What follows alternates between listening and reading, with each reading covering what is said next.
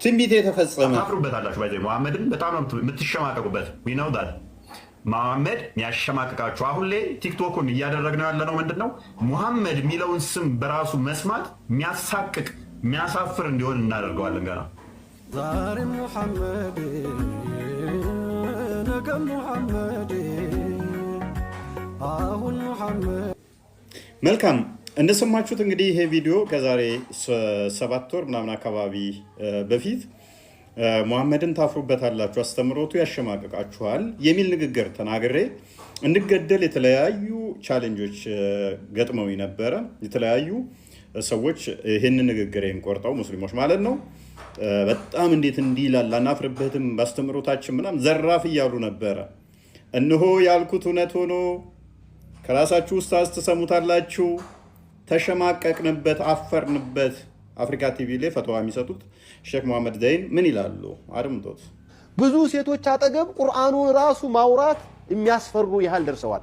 አንዳንድ መሻይኾች፣ አንዳንዱ ሰዎች ይህንን አያ በጣም ሰው ባለበት እንኳን ሴቱ ወንዱ ባለበት መፈሰርና ጥቅሙን ለመንገር እስከሚያፍሩ ድረስ ደርሰዋል። አሸማቀቃችሁት ዑለማውን ሁሉ ዳዒውን ሁሉ። ጀግና የሚባለው ወንዱ ሁሉ እዚህ ጉዳይ ላይ ሲወራ በጣም አንገቱን መድፋት ጀመረ። ተው እባክህ ነገር እኔ እባክህ እንዲሰማብኝ አልፈልግም። እየቀለዱም ቢሆን በጣም ነው የሚሸማቀቁት።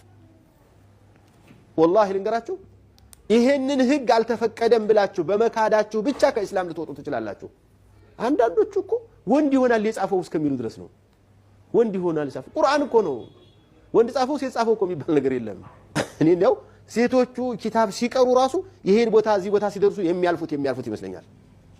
አንዷ እንደዚህ ላይ ታውቃለች። ቁርአን ስቀራ ይሄ እዚህ ቦታ ላይ ሲደርስ ተሎ ነው የማልፈው፣ መልእክቱን ላለመረዳት ነው ተሎ፣ ምክንያቱም ቁርአን እንዳልጠላ ፈራለሁኝ አለችኝ።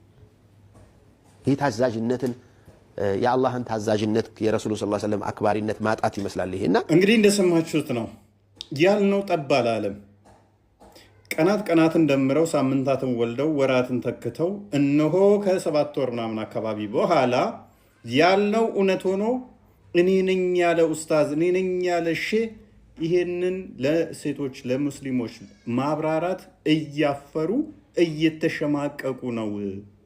ቃል በቃል እኛ ያልነውን አሉት ማለት ነው። እየተሸማቀቅን ነው። እኛ ማስረዳቱ ብቻ ሳይሆን የሸመቀቀን ቁርአኑን ሲቀሩት እንደዚህ አይነት ፓርቶችን እያፈሩ እየተሸማቀቁ እያለፉት ነው። መቅራትም ትተዋል። ለምን? እየተሸማቀቅንበት ነው እያሉ ነው። እያፈርንበት ነው እያሉ ነው። ምን ነበር እኛም ያለው? ታፍሩበታላችሁ። ታወቃችሁት ታፍሩበታላችሁ።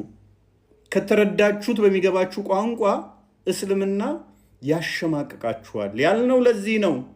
የነቢያችሁ ሱና ያሳፍራል። በ56 ዓመቱ የ6 ዓመት ህፃን ልጅ አግብቶ በ9 ዓመት የተገናኘ ነው።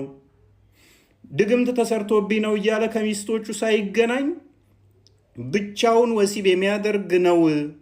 ልብሱ ላይ ዘር ፈሳሹን የሚለቅ ነው። እሱን እንደሱ ተከተሉ እንደሱ ሁኑ ማለት ያሳፍራል። ይሄንን እንዴት ብለው ያስረዱ?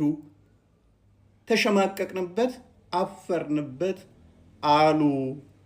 ታፍሩበታላችሁ ብለን ስንነግራችሁ ይገደላላችሁን። ይኸው ዑለማዎቻችሁ፣ ኡስታዞቻችሁ፣ ሼኮቻችሁ አፈርን ማስረዳት አልቻልንም አሉ።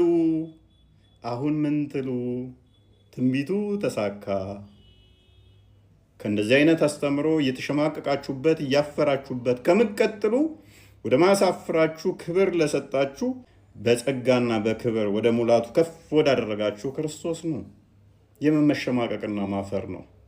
ውጡ ከሚያሳፍር ሃይማኖት።